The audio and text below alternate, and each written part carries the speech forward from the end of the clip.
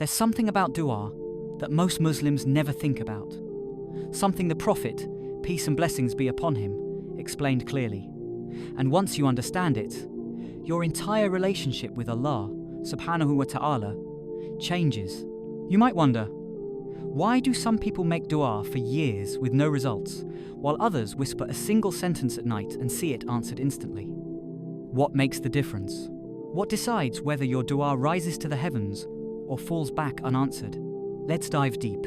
You see, dua isn't simply about saying words. It's not about perfectly reciting memorized supplications. And it's certainly not only for times when life gets tough.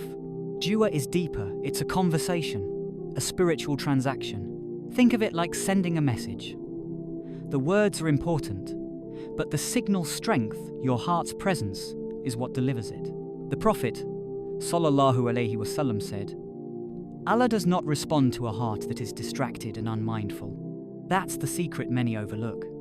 It's not the length of your dua, or how poetic it sounds.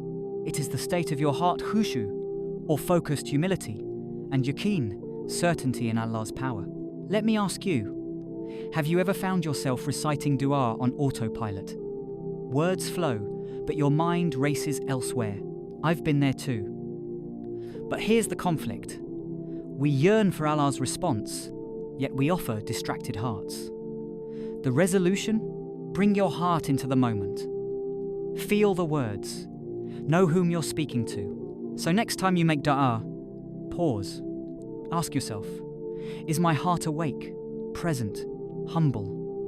Because that more than anything else is what lifts your dua beyond the ceiling of this world.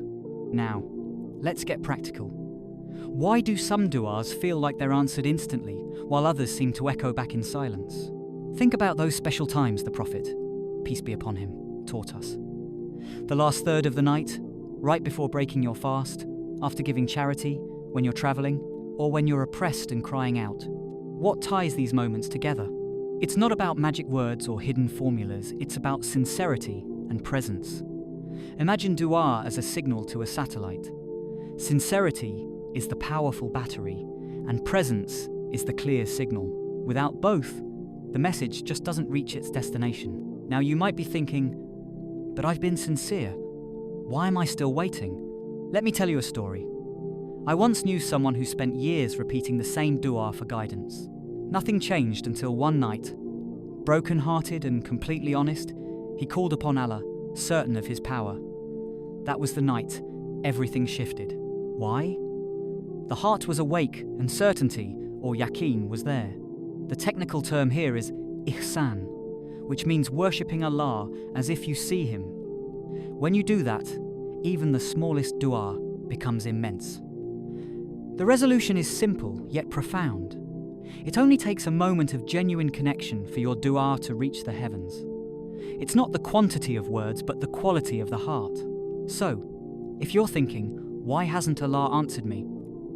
Consider maybe what's missing is your full presence. Remember, Allah subhanahu wa ta'ala always hears you, but he wants sincerity, humility, and your undivided attention before he gives you what you want. That's the heart of the matter. Let's bring it all together. How do you transform the way you make dua?